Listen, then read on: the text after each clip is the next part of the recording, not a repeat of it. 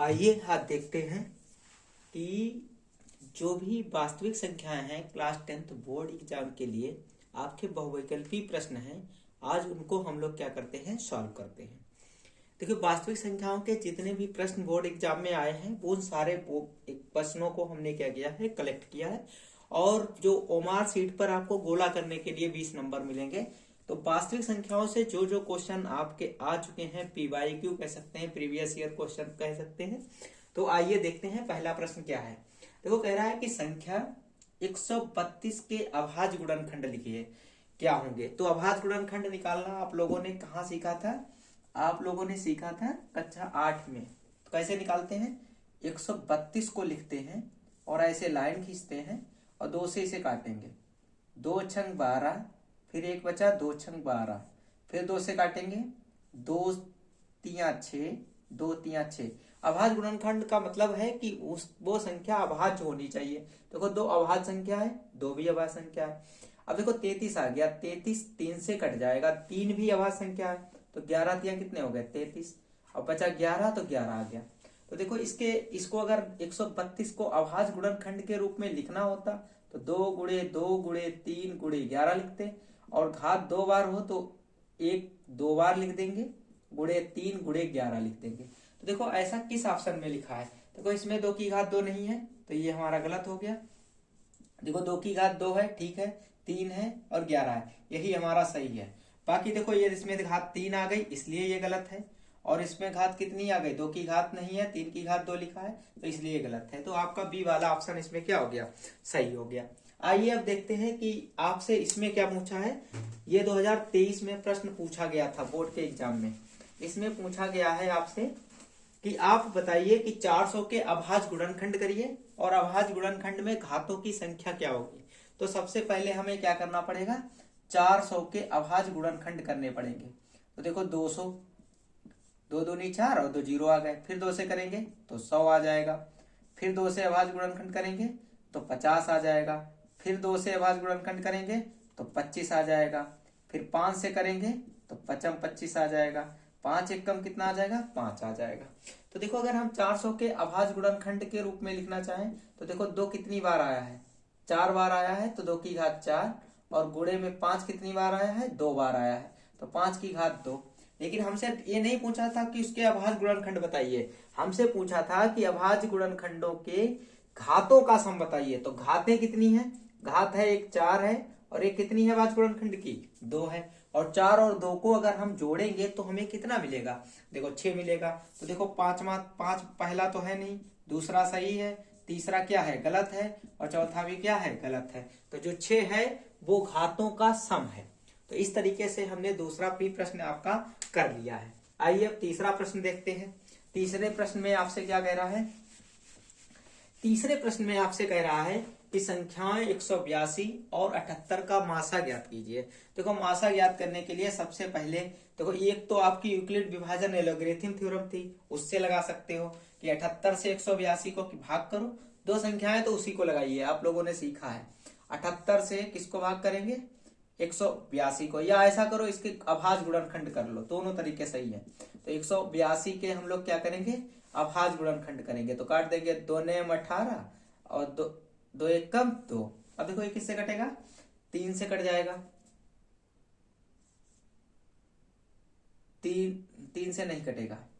अब ये कटेगा 7 से। देखो 7 एकम 7 और 7 तिया कितने हो जाएंगे? 21। फिर किससे काटेंगे? 13 से। तो देखो 182 के गुणनखंड आए हैं, कितने आए हैं? 2 गुणे 7 गुणे 13। अब देखो किसके निकालने हैं? 78 के निकालने हैं। तो 78 के निकालेंगे तो देखो 2 से कट जाएगा, 2 तिया 6, 2 नेम 18। अब 3 से कट जाएगा, 3 एकम 3, 3 तिया 9, और क्या बचा? 13। तो 78 के अभाज्य गुणनखंड आए हैं 2 गुणे 3 गुणे 13। तो जब इसका मासा निकालते हैं तो जो सबसे बड़ी घात होती है वो ली जाती, तो वो भी दोनों, सॉरी, जो दोनों में कॉमन हो उसे लिया जाता। देखो 2 दोनों में कॉमन है और 13 कॉमन है, तो 2 गुणे कितना हो गया? 13 हो गया। ठीक है, तो 2 और 13 की गुणा कितनी आ जाएगी? 26। तो इसलिए हमारा ऑप्शन कौन सा सही है? बी वाला सही है। तो ये देखो पहला गलत हो गया, दूसरा भी गलत हो गया, तो दूसरा सही हो गया, तीसरा गलत हो गया, चौथा भी क्या हो गया? गलत। ये देखो 2024 में प्रश्न आया था। कब आया था? 2024 में। आइए अगला प्रश्न देखते हैं। जो 2024 में ये भी प्रश्न आया हुआ है। आपसे कह रहा है कि इनका लासा बताओ। क्या बताओ? लासा बताना है।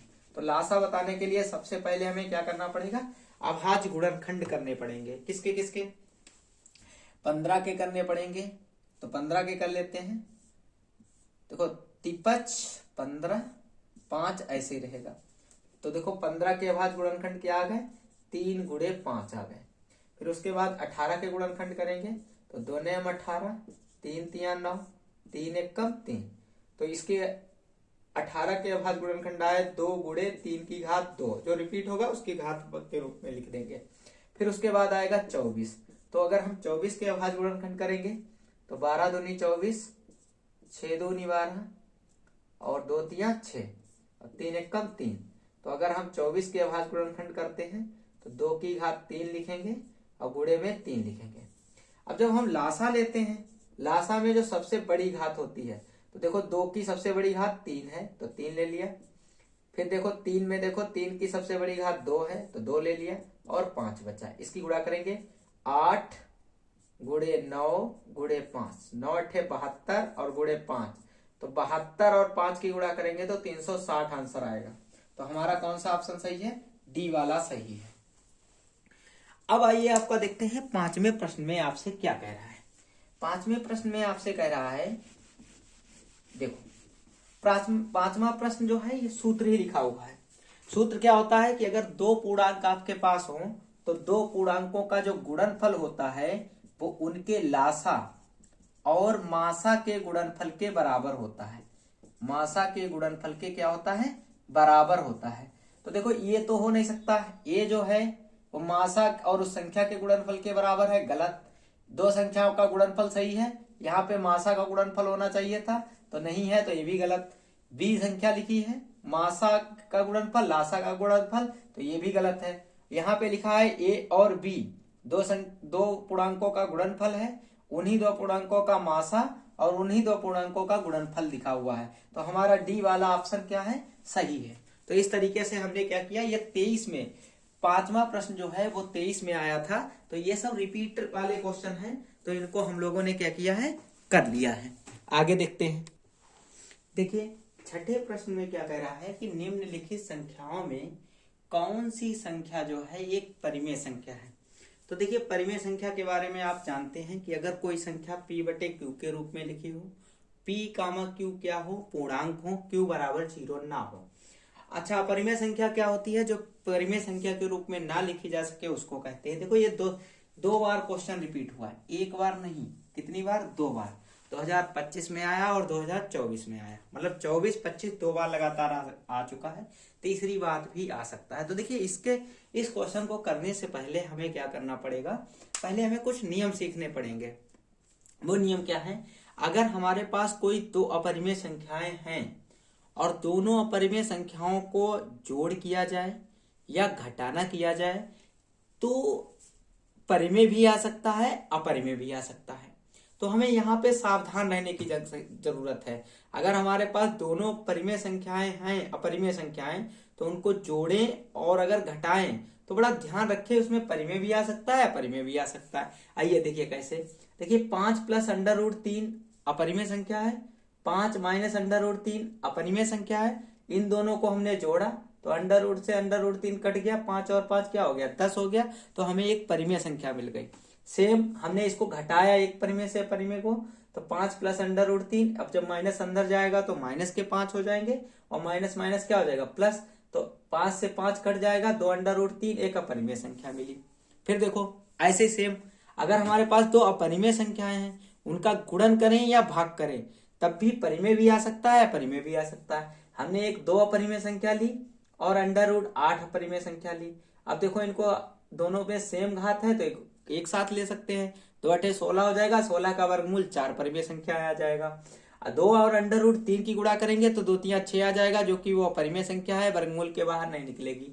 तो कहने का मतलब गुणा भाग करते समय हमें थोड़ा सा सावधान रहना पड़ेगा। उसमें परिमेय भी बदल सकता है मान, अपरिमेय भी बदल सकता है। लेकिन अगर एक परिमेय संख्या है, एक अपरिमेय संख्या है, कहीं पर परिमेय में अगर अपरिमेय जोड़ोगे, कहने का मतलब है परिमेय संख्या में अगर हम अपरिमेय जोड़ेंगे तो आप ध्यान रखिए क्या रहेगा?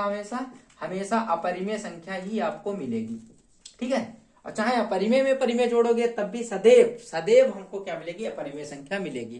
तो इतना आने के बाद यहाँ पर आइए देखिए, अगर ये लिखा है √3 तो इसका वर्गमूल नहीं निकलेगा, √5 का भी वर्गमूल नहीं निकलेगा, लेकिन दोनों जगह भाग हो रहा है परिमेय परिमेय से, तो हो सकता है परिमेय संख्या मिल जाए, लेकिन ये इसका किसी का वर्गमूल नहीं निकल रहा है, तो ये अपरिमेय संख्या है, इसलिए ये वाला ऑप्शन क्या है, गलत है।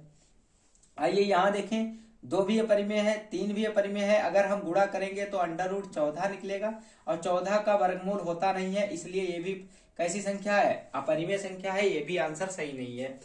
यहाँ पे थोड़ा सा आपको डाउट हो सकता है, इसे चेक करना पड़ेगा, क्योंकि दो अपरिमेय संख्याएं हैं और दोनों अपरिमेय संख्याएं हो सकता परिमेय आ जाए, तो यहाँ पे गुणन हो रहा है, तो गुणन होने के लिए हमें क्या करना पड़ता है, ध्यान से देखो इधर, यहाँ पे देख लेते हैं। अगर √5 प्लस √7 लिखा है और दूसरे ब्रैकेट में लिखा है √5 माइनस √7, तो देखो ये कई बार क्वेश्चन आया है, तो देखो a plus b a minus b, तो √5 का होल स्क्वायर हो जाएगा माइनस √7 का होल स्क्वायर आ जाएगा। तो देखो कौन सा फार्मूला लगता है, a plus b a minus b अगर हो तो उसको हम लोग कह सकते हैं a square minus b square. तो 5 माइनस कितना हो गया 7, तो क्या बचा -2, जो कि कैसी संख्या है, परिमेय संख्या है। तो यही वाला ऑप्शन हमारा क्या हुआ, सही हुआ।